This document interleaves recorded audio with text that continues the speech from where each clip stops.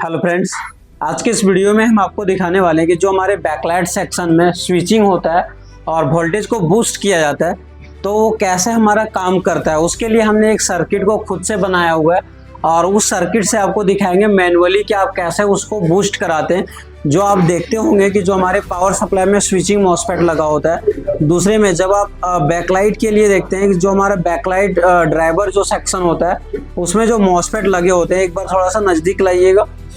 यहाँ पे देखिए जो हमारा बैकलाइट के लिए जो स्विचिंग मॉसफेट लगा हुआ है ये कैसे बूस्ट करता है, कैसे हमारा जो कॉइल होता है जो इस प्रकार के आपको दिखता होगा, जैसे कि इस कॉइल है और एक हमारा ये मॉसफेट है, ड्राइवर आईसी होता है, इससे कैसे ये बूस्ट होता है और वोल्टेज हमारा जो 40 वोल्ट होता है वो 80 वोल्ट में कन्वर्ट हो जाता है। तो बूस्ट कैसे किया जाता है उसके लिए हमने यहाँ पे एक सर्किट को बनाया हुआ है। अगर आप इस सर्किट में देखेंगे तो सारी चीज़ें वही आपको यहाँ पे मिलने वाला है। जैसे कि यहाँ पे अगर देखें तो एक कॉइल लगा हुआ है, जो ये कॉइल हमारा होता है, दो इनपुट हम देने के लिए यहाँ पे लगाए हुए हैं। तो ये हमारा इनपुट हो जाएगा, एक कैपेसिटर है और यहाँ पे जो नहीं है वो हमारे पास ये मॉसफेट नहीं है और एक आईसी। इस काम को हम मैनुअली हाथ से और वर्क करके दिखाएंगे कि कैसे ये बूस्ट होता है। जैसे ये बूस्ट हो जाएगा तो यहाँ से ये फिल्टर होगा फिर से इस डायोड के थ्रू और यहाँ से आउटपुट होगा। तो चलिए इसमें हम पूरे कनेक्शन को एक बार कर लेते हैं और फिर हम आपको दिखाते हैं कि कैसे हम 5 वोल्ट को 8 वोल्ट, 10 वोल्ट, 12 वोल्ट में कैसे हम स्विचिंग करके और कन्वर्ट करके आप बूस्ट करा सकते हैं। चलिए यहाँ पे हमने एक डीसी सप्लाई को लिया हुआ है और डीसी सप्लाई से आपको दिखेगा कि 5 वोल्ट आउटपुट हम दे चुके हैं।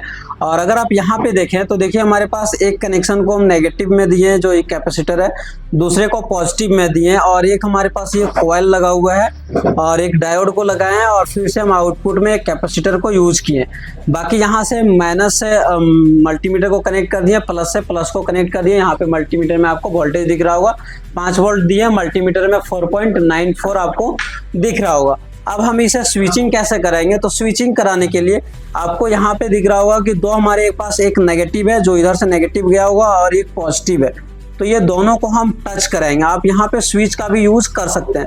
जैसे हम यहाँ पे टच कराएंगे तो देखिए यहाँ पे मल्टीमीटर में आपको ये चेंज होता हुआ नजर आएगा। तो देखिए ये बूस्ट होता हुआ जा रहा होगा वोल्टेज।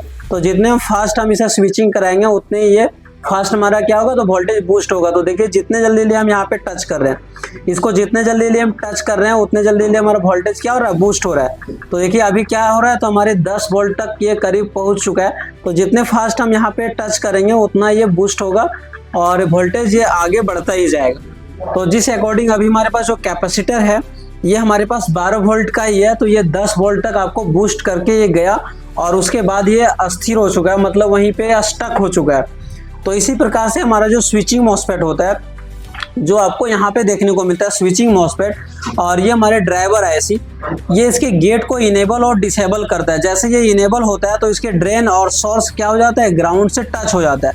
तो इतने फास्ट होता है कि इस कॉइल में जो हमारा होता है मैग्नेटिक फील्ड जनरेट होता है और यहाँ पे आपको जो भी वोल्टेज आपको डायोड पे देखने को मिलता है उससे बूस्ट होकर के बैकलाइट में देखने को मिलता है। फिर से हम एक बार इसी प्रोसेस को फिर से करके दिखाते हैं। तो 5 वोल्ट हम यहाँ डीसी सप्लाई से दिए, अभी कितने हैं, तो अभी हमारे पास चार्ज है, इसीलिए आपको यहाँ पे ज़्यादा देखने को मिल रहा होगा। हम एक बार इसे शॉर्ट करा लेते हैं ताकि ये डिस्चार्ज हो जाएगा।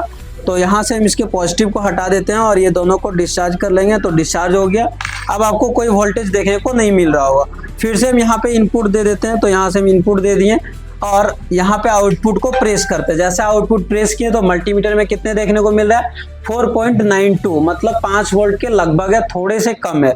यहाँ से हम 5 वोल्ट को आउटपुट दिए लेकिन यहाँ पे थोड़ा सा डिफरेंस है, तो यहाँ पे कम है। हम चलिए मल्टीमीटर में जितने दिखा रहा है उसी को लेके चलते हैं। स्विचिंग कैसे कराएंगे, तो जो हमारे मॉसफेट यहाँ पे वर्क करता है वही चीज़ें हम यहाँ पे मैनुअली आपको करके दिखा रहे हैं ताकि आपको ये समझ में आए कि कैसे हमारा यहाँ पे स्विचिंग होता है और वोल्टेज को बूस्ट किया जाता है। फिर से हम एक बार करा के दिखाते हैं। देखिए हमारे पास ये नेगेटिव है और ये पॉजिटिव है, दोनों को हम टच कराना स्टार्ट करते हैं। तो देखिए टच हो रहा है और वोल्टेज देखिए तुरंत ही ये बूस्ट होने लगेगा। जितना हम फास्ट यहाँ पे टच कराएंगे उतना ही जल्दी ये हमारा क्या होगा, तो वोल्टेज यहाँ पे बूस्ट होगा। तो देखिए ये बूस्ट हो रहा है और 10 वोल्ट के लगभग जाएगा क्योंकि इसमें जो कैपेसिटर यूज किया हुआ है वो ज़्यादा वोल्टेज का नहीं यूज किया हुआ है। अगर आप ज़्यादा वोल्टेज का यूज करते हैं तो ये आपका वोल्टेज और भी बूस्ट कर सकता है। बाकी हमने यहाँ पे 5 वोल्ट दिया हुआ है तो वो 10 वोल्ट तक पहुंच रहा है। तो इस प्रकार से जो हमारा ड्राइवर सेक्शन होता है वहाँ पे जो स्विचिंग होता है वो इसी प्रकार से काम करता है। जहाँ कहीं भी स्विचिंग होता है वहाँ पे इसी प्रकार से काम करता है।